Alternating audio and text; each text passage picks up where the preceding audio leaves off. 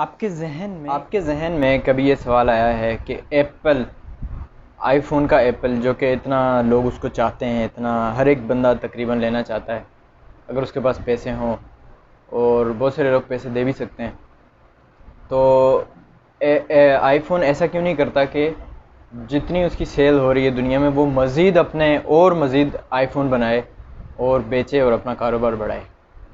आज इस पे बात करते हैं। मैं हूं उस्मान हनीफ, बिज़नेस जर्नलिस्ट, और जोश कॉफमैन की बुक पर्सनल एमबीए के हवाले से इस टॉपिक पर बात कर रहा हूं कि आईफोन जिसको लोग इतना इतना पसंद करते हैं, तो वो अपनी सेल्स बढ़ाकर क्यों नहीं बढ़ा लेता है। वो ऑलरेडी टोटल जो उसका रेवेन्यू है, वो इस टाइम पाकिस्तान की जो इकॉनमी है 260 बिलियन का था, बिलियन डॉलर का पिछले साल 2019 का, जिसमें से 150 बिलियन डॉलर के आसपास आईफोन से आने वाला रेवेन्यू है। जोश कॉफमैन ने दो कॉन्सेप्ट समझाए, एक तो एक्सक्लूसिविटी सेल्स के दौरान, और नेक्स्ट बेस्ट ऑल्टरनेटिव। ये दो चीज़ें हैं जिनकी वजह से एप्पल अपनी सेल्स नहीं बढ़ाता। तो इस पर बात करते हैं कि सबसे पहले बात करते हैं नेक्स्ट बेस्ट ऑल्टरनेटिव पर, कि जिसके पास जितने ज़्यादा ऑप्शंस होंगे, वो उसके पास उतनी ज़्यादा पावर होगी नेगोशिएशन करने में।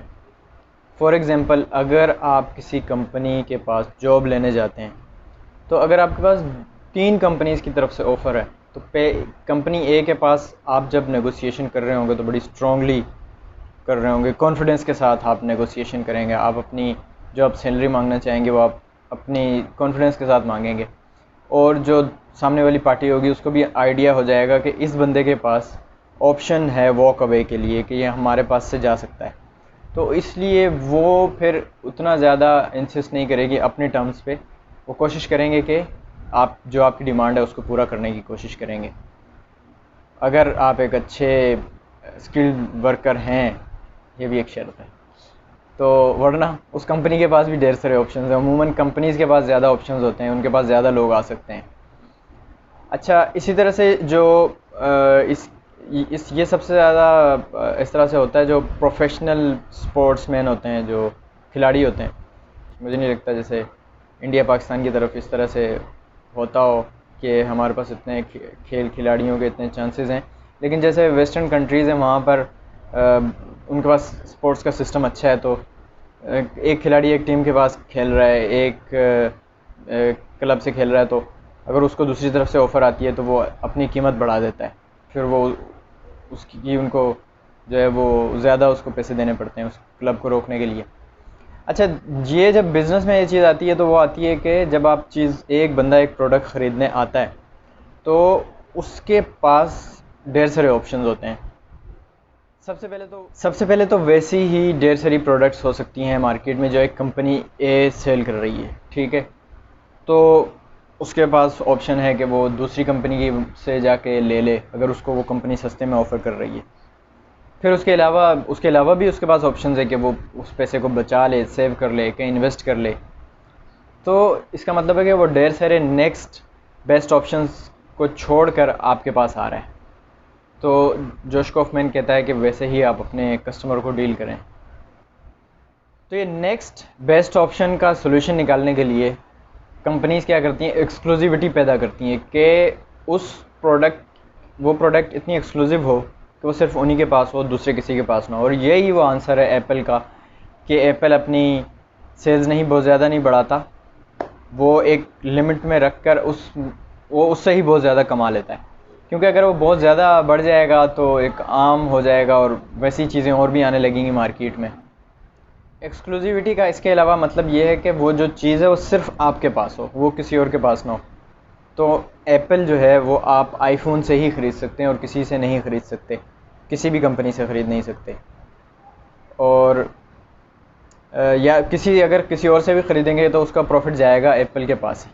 उसके मुकाबले में एंड्रॉयड है तो वो ढेर सारी कंपनीज़ के पास इस्तेमाल होता है, ठीक है, यानी उसका हार्डवेयर तो हर कंपनी का अलग है, लेकिन सॉफ्टवेयर से सबका एक ही है। इस स्ट्रेटेजी का फ़ायदा ये होता है कि परसीव्ड वैल्यू, यानी लोगों के माइंड में जो वैल्यू है ना उस चीज़ की, लोग उसको बहुत ज़्यादा अहमियत देते हैं, ठीक है।